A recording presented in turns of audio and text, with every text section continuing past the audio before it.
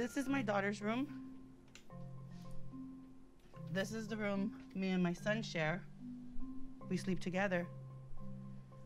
It's not that big, but it's our home. I was able to afford it before the pandemic. Since the pandemic started, I've had 3 landlords and 3 60-day eviction notices. My first landlord eviction was June 30th, 2020. My second landlord was September 28th, 2020. And yesterday's 60-day notice eviction, I'm supposed to be out now, April 10th. Fuck landlords for their shit, by the way.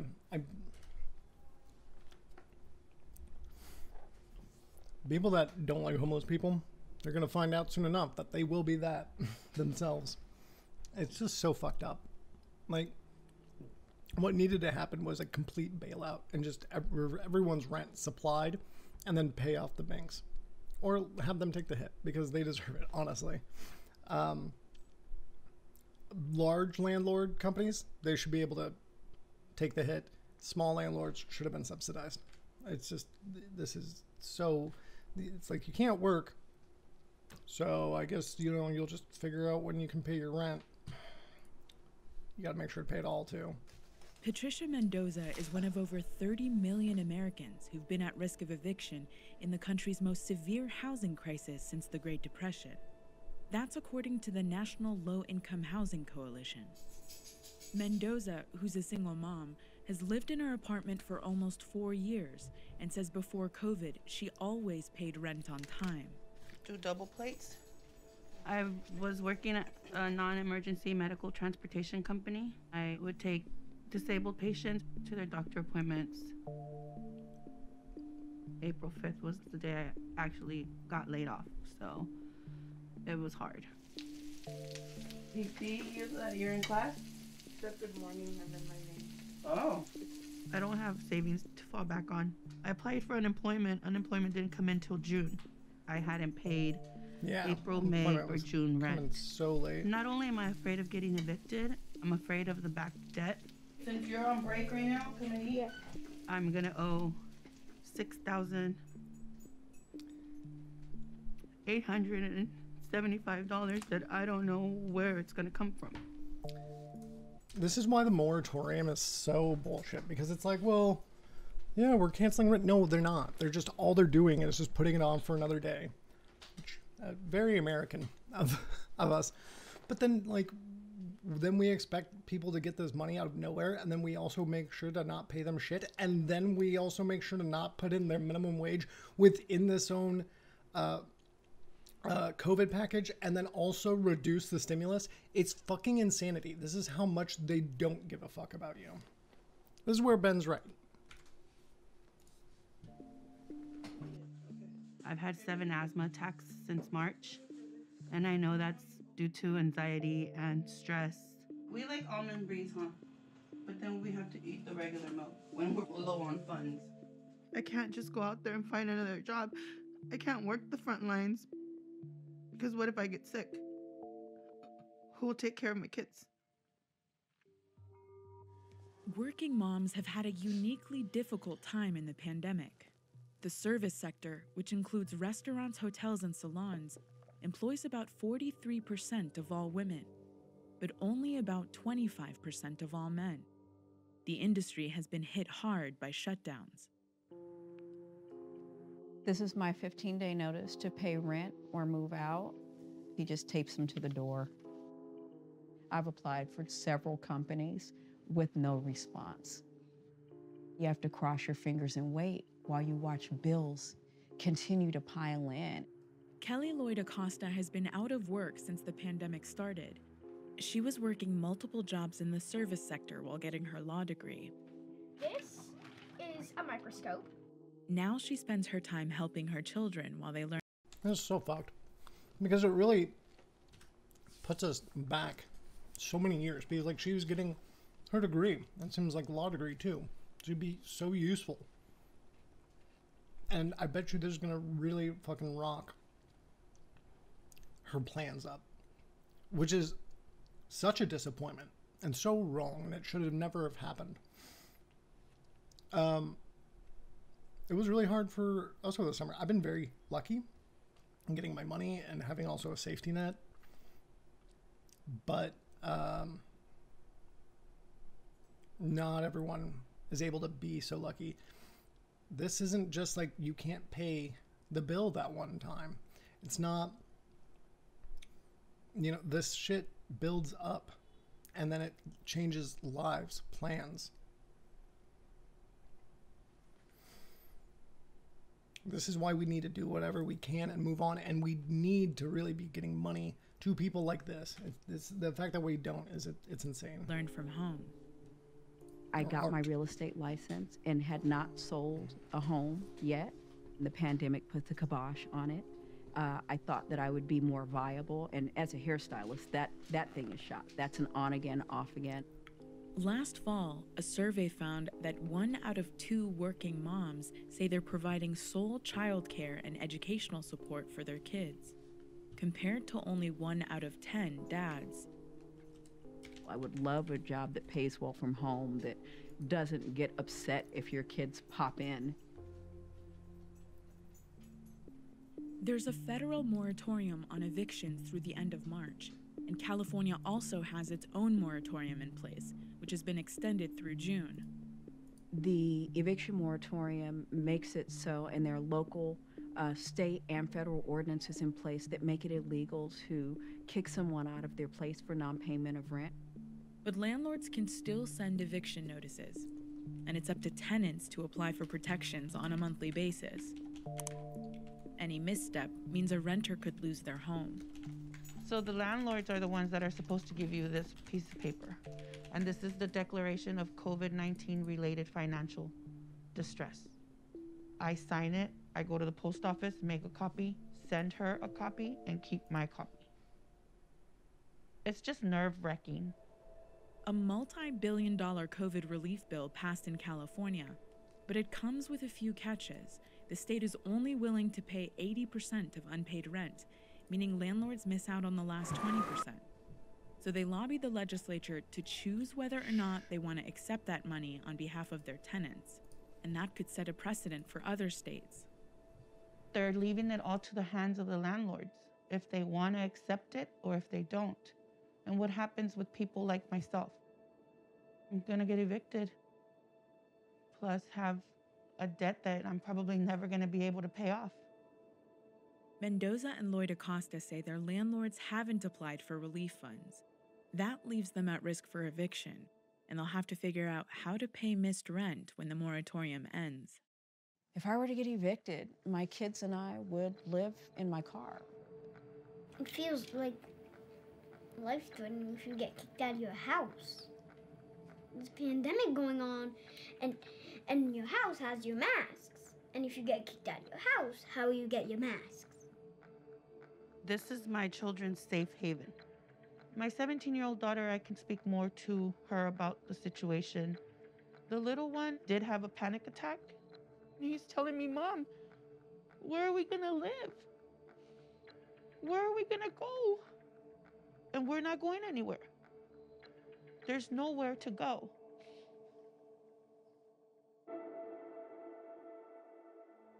There's a lot of people that don't know that there's rights for tenants.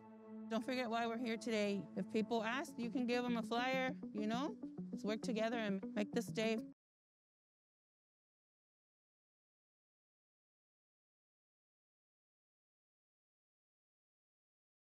Thank you. I did it to myself.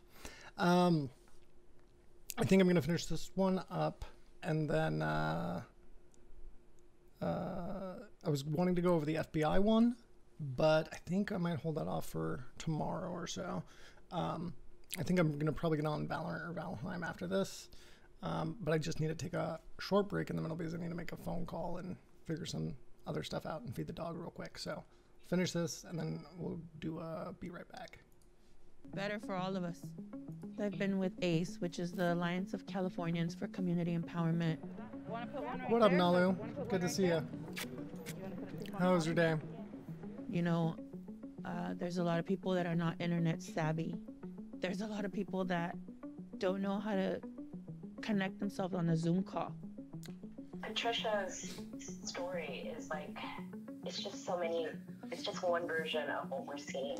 Yeah. You know, a lot of people are going to benefit. It's really fucked because I wrote a paper on this actually last year during the beginning of COVID and talking about nationalized housing or things like that, or at least canceling rent. Because at the extent that it is, the moratorium is, I mean, honestly, it's really all it was good for is saving people from the inevitable by just pushing it back. It was a lazy man's approach, really, right? And a lot of people would say, well, that's, you know, like that's a big handout. That's crazy. What about all the landlords and whatnot in between? Well, the landlords, if we're talking big company landlords, they can take the hit. They've done it and we've bailed them out and they wrecked our economy before, so they can take the L.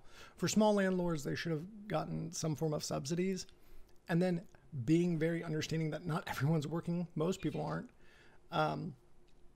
or a lot have not returned to work, to then expect them to then pay their rent and then, or even eventually pay their rent when living in a place like I do, you're paying like nearly $2,200 a month, or, you know, in some places you might be okay, but even still, it's an accumulation of money over months, over now like nearly, you know, like a little over a year. So it's, you need to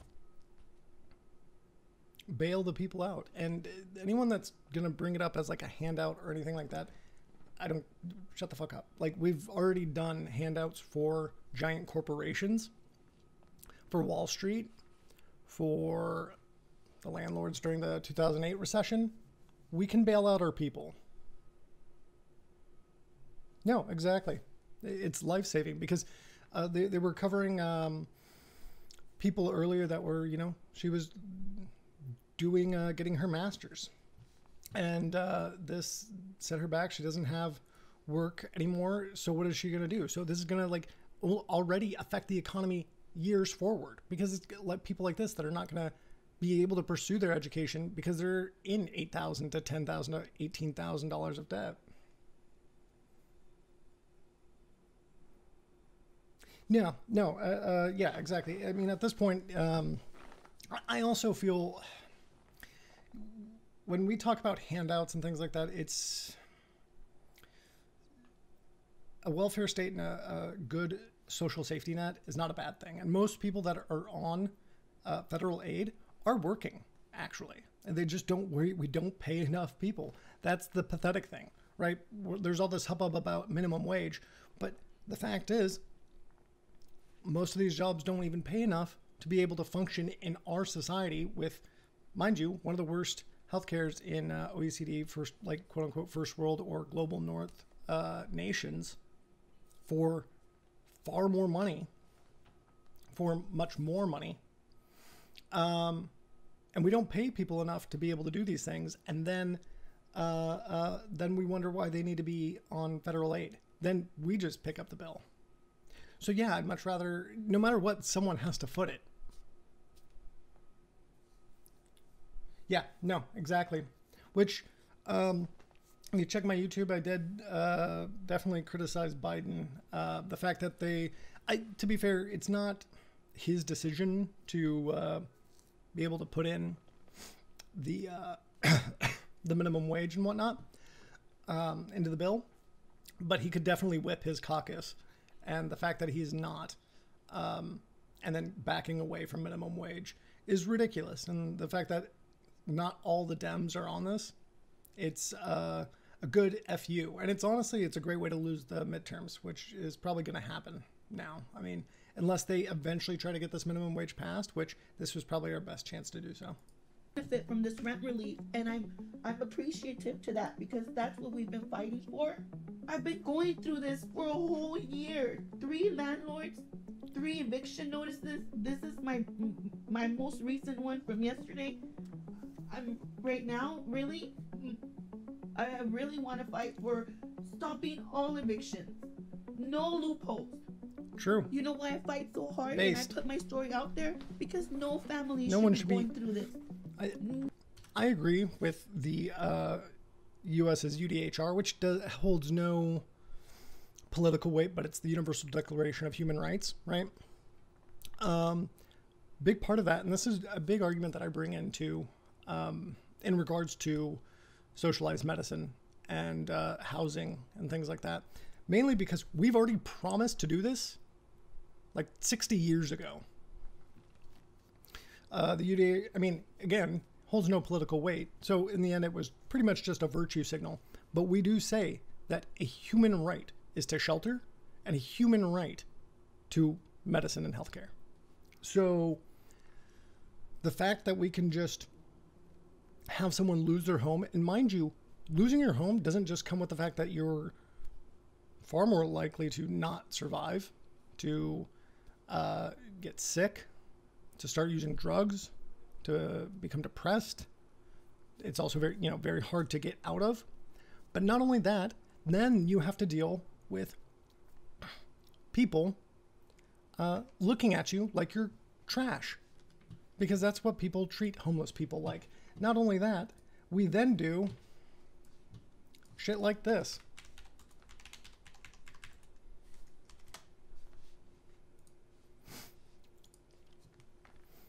And then make sure that they don't have anywhere to sleep or to be anywhere. We make it impossible then to exist. We make it so that being homeless, being destroyed by this system that does not benefit the working individuals who produce in this country, who make it what it is, who fight for it. Because let's face it, many homeless people are vets, right? Who fight for it, who are carpenters, plumbers, workers, just in general. And then you have one bad day or a couple really bad days. Then someone gave out too many loans, right? And now there's a recession and now you lost your job. Well, maybe you should have been a little bit more fiscally conservative. Maybe you should have been a little bit smarter and just thought about the fact that the housing industry doesn't really give a shit about what it does with the economy, and it's going to fuck you over too, and they don't know your name. No, they're not isolated emotional appeals. Absolutely. No, this is a true crisis. And it's barely even really honestly being talked about. None of us, not at this time. Not enough. During a pandemic. Where are we gonna go? Thank you. Mendoza's situation is more common than you'd think. Hey, Leading research has what found he that said. moms are having to take on more responsibility at home. That makes it harder to get back into the workforce, and it takes a big toll. My name is Gemma Zamaro. I'm a professor at the University of Arkansas. I'm also an adjunct economist at the University of Southern California. I have been studying how women have been affected in comparison with men through this COVID-19 crisis. My favorite type of hot chocolate is the type that's warm, that has the cream that's homemade from our house. Done. I'm a mom myself. I'm in a privileged position where I have a job that is very flexible. Schools are open here, so that's another privilege. Back in March, the schools closed. We're always playing catch up. And this is what happens when we value corporations over the people of this country. The people of this country are providing, and by the way, what I mean by that is companies are doing, a lot of companies, not all, obviously, but the large ones are doing just fine. They're actually seeing record growth. Places like Amazon and others. That's just who I can think of off the top of my head. But obviously the movie theater business and whatnot, not so much, or hair salons. But these are the people that put our worlds together, right? Like we talk about essential workers, and we still pay them shit. And if they lost their job, if they got sick and miss a couple days, it's life altering. But these are the people that make sure that we're still able to get to the grocery store, that we're still able to buy things there. And this is where, you know, like the problem with like CEOs and stuff comes up, and why people, you know, say eat the rich or whatever, right? I don't think there's anything inherently wrong with leadership. That's why I talked about, you know, like democratizing the workplace, right? Someone has to lead it, you know. That's not the issue. The issue is that in America, we talk about meritocracy, and act like being a CEO means that you worked hard to get there, like that you have some big brain energy. But kind of like what we were talking about before, Nalu, it's they got there first. Maybe they made something innovative. Maybe. I mean, definitely Bezos did, but that doesn't mean that he didn't have some other things in his favor, or the fact that he very much has data and a monopoly that he can outsell anyone that sells on his website, which is a big thing of what he does. Very predatory. Doesn't mean that you're just instantly smart or the generator of all the product, because you can have the best idea in the world, but if you don't have people to produce it, then it's not going to make you more money.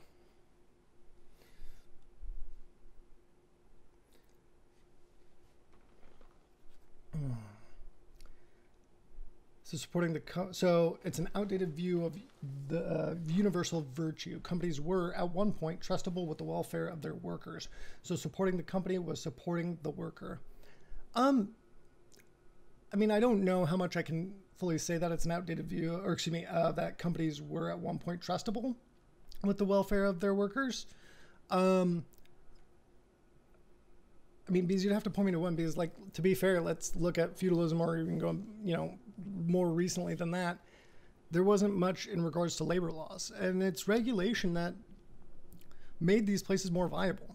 It was socialists, or we don't even need to put the tag of socialism on it, but worker rights advocates that made it possible to have child labor laws, that made it possible to have a weekend and to have a 40-hour work week. Otherwise, these things were being used. I honestly, yes, some shops, I don't deny at all that some shops truly care about, especially like small businesses, truly care about the people that they have there. Undoubtedly, I don't deny that.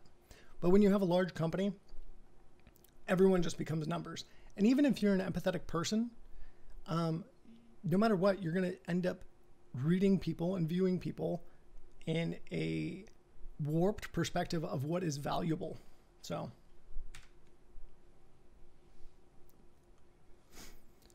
yeah, I mean, some of the time for sure. It doesn't mean that everyone, like, you know, was you can have shelter and stuff. It can still be a shit shelter. All right, let's finish this guy. Sadly, I also was trying to figure out how to teach online for my students at the university. Even if I wanted to wear my mask, I would. I don't deny bringing it back to globalization. I do think that no matter what, we need to be able to bring or quit outsourcing as much as possible. I don't fully deny that, or I'm fully against it.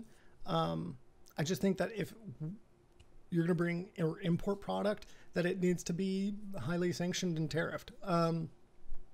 We should encourage having people here work more. However, that being said, you need to be okay with things costing more and not being as cheap, which is just, that's what happens when you, and that's where the hierarchy issue is. And if you eliminate hierarchies comes, because you want things cheap, but you also want to be above the other people.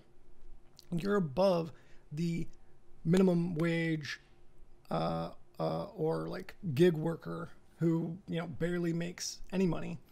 And you're above them, and so you get to feel like a little bit like royalty since you get these products and you can get them at a cheap rate. When you can't get them at a cheap rate, you know, you're more fiscally conservative about what you buy. However, you're also maybe more impassioned about what you buy because who it supports, right?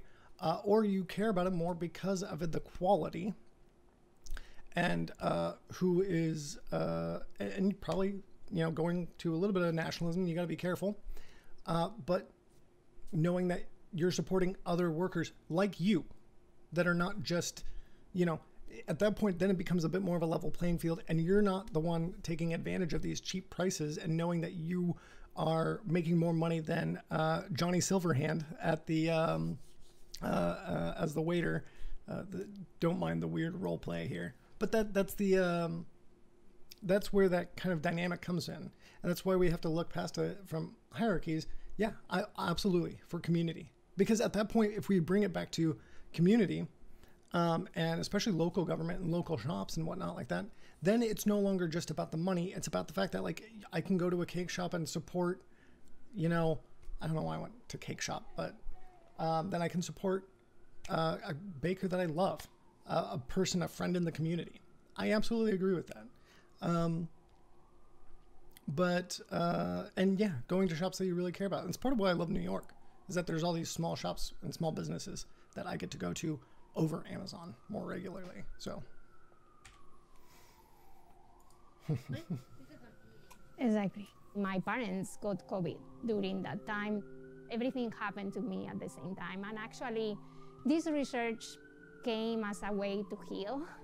As a researcher, I wonder, can I look at data and see how other moms are doing it? And the more I looked, the more I saw that my situation was not unique. A lot of moms, working moms, were suffering. Women with children have experienced the highest levels of psychological distress during this crisis. We see a huge spike that appeared in April. Women are facing much more challenges than in other economic crises. So for one, the crisis has affected economic sectors that are different. This crisis has affected more the service sector, things like restaurants, hotels, where more women work, while prior crises like the Great Recession of 2008 affected more manufacturing work that was more male-dominated. It's creepy, but it's funny. So we are seeing that women lost much more employment than men. And then on the other hand, the pandemic brought all these social distancing rules, and we have to be very careful, school closures associated with it, and that have hit working women with children much harder. I need a bigger bike. They also serve that role of taking care of the kids, and that has helped women over the past decades to be able to go into the labor force in higher numbers. Is I realized we've only seen each other through stream, which is very funny to me. Oh, crazy, Danny. Doing this research really helped me realize that I'm not the only one, I'm not alone. And that's the hope with my work, is that there is a better understanding of the challenges that women face, so we make it more normal. That was a good video. I'm glad that they made that. No, this is something that really needs to be talked about. It's really scary. A lot of people. This is going to affect a lot of people. Some of them that you know. If you don't know, now you know.